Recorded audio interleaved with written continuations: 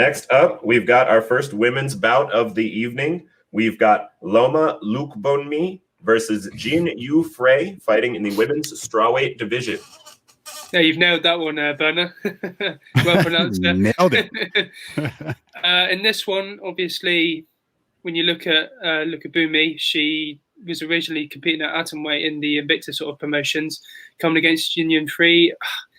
I've got back Loma on this one. I think she's more of like a technical striker. I think she's more of a destructive fighter, and she sort of has the technician and the skill set to overcome a woman like Jinh Yu Frey.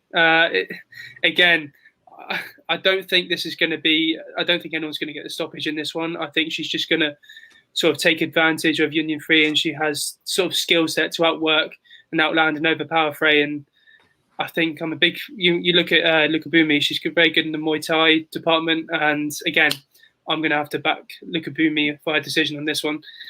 Yet to get a finish in this card so far. I'd like to know the odds on this one. I'm just curious. This is the fight. I mean, I love Lookboonmee. I love the name on that one. This is just a slight favorite. Slight favorite, like minus 150, minus 150, 130, 150 in that range. She's coming in. She's the younger fighter. I think she's 10, 11 years younger. She's 24 younger. And I don't know too much about either one of these girls. But if you haven't looked up Yu Frey on Tapology, I encourage everybody to look her up. You're welcome. But I'm going to go with the younger fighter. I think she's going to be a little bit more hungry, and I think her stand-up is going to be a little bit better. She's coming with the Muay Thai background. Gosh, I mean, I keep going back and forth in this one, but I'm going to go with my original pick, and I'm going to go with Lookboonmee. So one thing you have to learn about the Damage Plan MMA podcast, and when it comes to Jason, is he kind of likes to give credit to how female athletes look, opposed to just all fighting stuff. So I just take it. Hey, I'm just saying. So is Jessica Rose Clark your pound for pound champion right now? Then she's right below Misha Tate for me. Misha Tate, yeah. Give me I'll take a Ronda Rousey type. Let's go. Should we do a podcast on ranking the? We're gonna get in so much trouble. I better stop. I'm sending this clip to your wife. Yeah, no, she doesn't listen. Thankfully, your wife listens. My wife doesn't listen. But all that being said, I actually like the more experienced fighter here. Her last fight against Kay Hansen's supposed to kind of be one of the future next big names, big things in women's MMA. And she really impressed me in that fight. She dominated in the first round and got Kay Hansen off to a pretty slow start. And I thought that was impressive, but Kay Hansen was the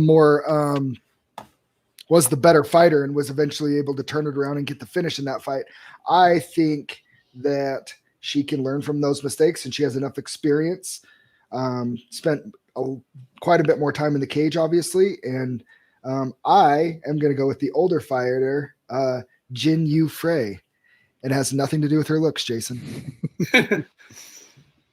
For this one, I know on the Damage Plan MMA podcast, y'all try to not ever bet against Russian fighters. I've kind of got this. I've had the same thing for a long time for Thai fighters. They're kind of they're built different. If you're from Thailand, you're built a little different. I don't know what it is, but they hit a little bit harder. I am taking Lookboonmee. A lot younger. I do like to see that she's kind of the up and coming fighter versus kind of a veteran. I think she's going to come in with some really high energy. And I don't think it's going to be a finish or anything. I think it's going to be a decision. I think she's just going to outwork her and just kind of put more strikes down and spend a little bit more time in the eyes of the judges being in control of the fight. And she's going to end up with the decision because of it.